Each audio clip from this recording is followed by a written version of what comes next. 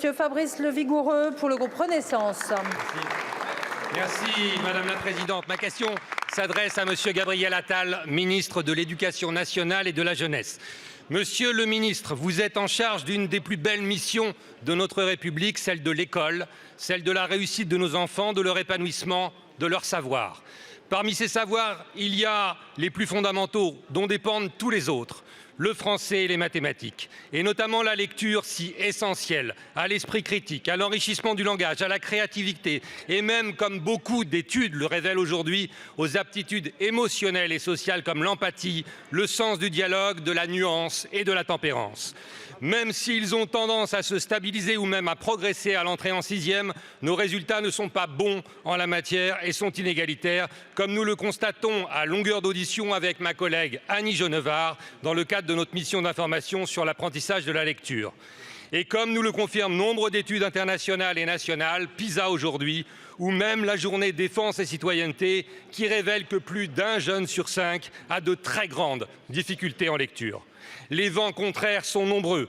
Des réseaux sociaux aux algorithmes fous qui abrutissent dès le plus jeune âge, des écrans récréatifs maltraitants qui détournent des pratiques de lecture et qui dévorent 2700 heures de la vie d'un élève de 4e, l'équivalent de 3 années scolaires, des formations initiales qui préparent mal nos enseignants aux meilleures pratiques pédagogiques, l'absence, vous l'avez dit, de manuels dans les classes. Monsieur le ministre, après d'intenses consultations avec les principaux acteurs de l'éducation et une enquête à laquelle 230 000 enseignants ont contribué, vous êtes déterminés à créer un véritable choc des savoirs. Pouvez-vous ici nous en relater les grands chapitres et ce que vous envisagez plus spécifiquement pour faire du livre un compagnon de route de nos enfants et de la lecture une porte ouverte vers la culture et l'émancipation? Je vous remercie. Je vous remercie. La parole est à Monsieur Gabriel Attal, ministre de l'Éducation nationale et de la jeunesse. Merci Madame la Présidente, Mesdames et Messieurs les députés, Monsieur le député Levigoureux. La question d'Isabelle Roche tout à l'heure m'a permis de parler des mathématiques. Vous me permettez d'aborder une question fondamentale qui est celle de la lecture. Et on parle souvent des savoirs fondamentaux, la lecture et les mathématiques, mais en réalité, s'il y en est un qui est plus fondamental que tous les autres, c'est bien la lecture. On ne peut pas répondre à un problème de mathématiques si on n'est pas capable d'en lire l'énoncé.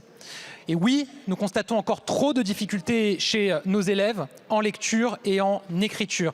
Et merci d'avoir rappelé que nous avons connu des progrès ces dernières années à l'école primaire grâce à l'action résolue de cette majorité. La dernière étude Pearls qui a été transmise en mai dernier, internationale, montre que la France est le seul pays dont les élèves progressent en CM1 sur cette question-là, ce qui montre que les choix que nous avons faits depuis 2017 sont les bons. Il faut maintenant poursuivre, amplifier.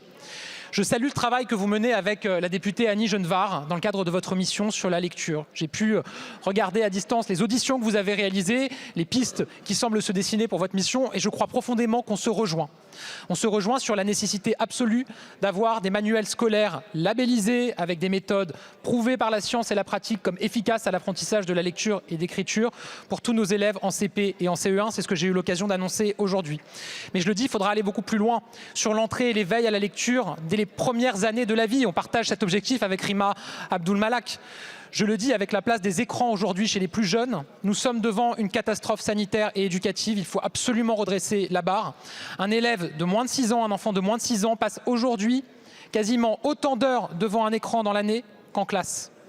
Il faut absolument que nous soyons capables de renforcer l'éveil à la lecture à travers des livres qui sont fournis aux élèves et c'est ce à quoi nous travaillons, notamment en lien avec les bibliothèques. Évidemment, ça se poursuit ensuite au collège et au lycée avec les mesures que j'ai annoncées, un renforcement du volume horaire en français, des groupes de niveau dans cette discipline pour faire progresser tous nos élèves.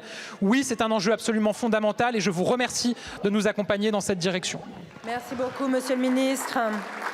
La parole est à Madame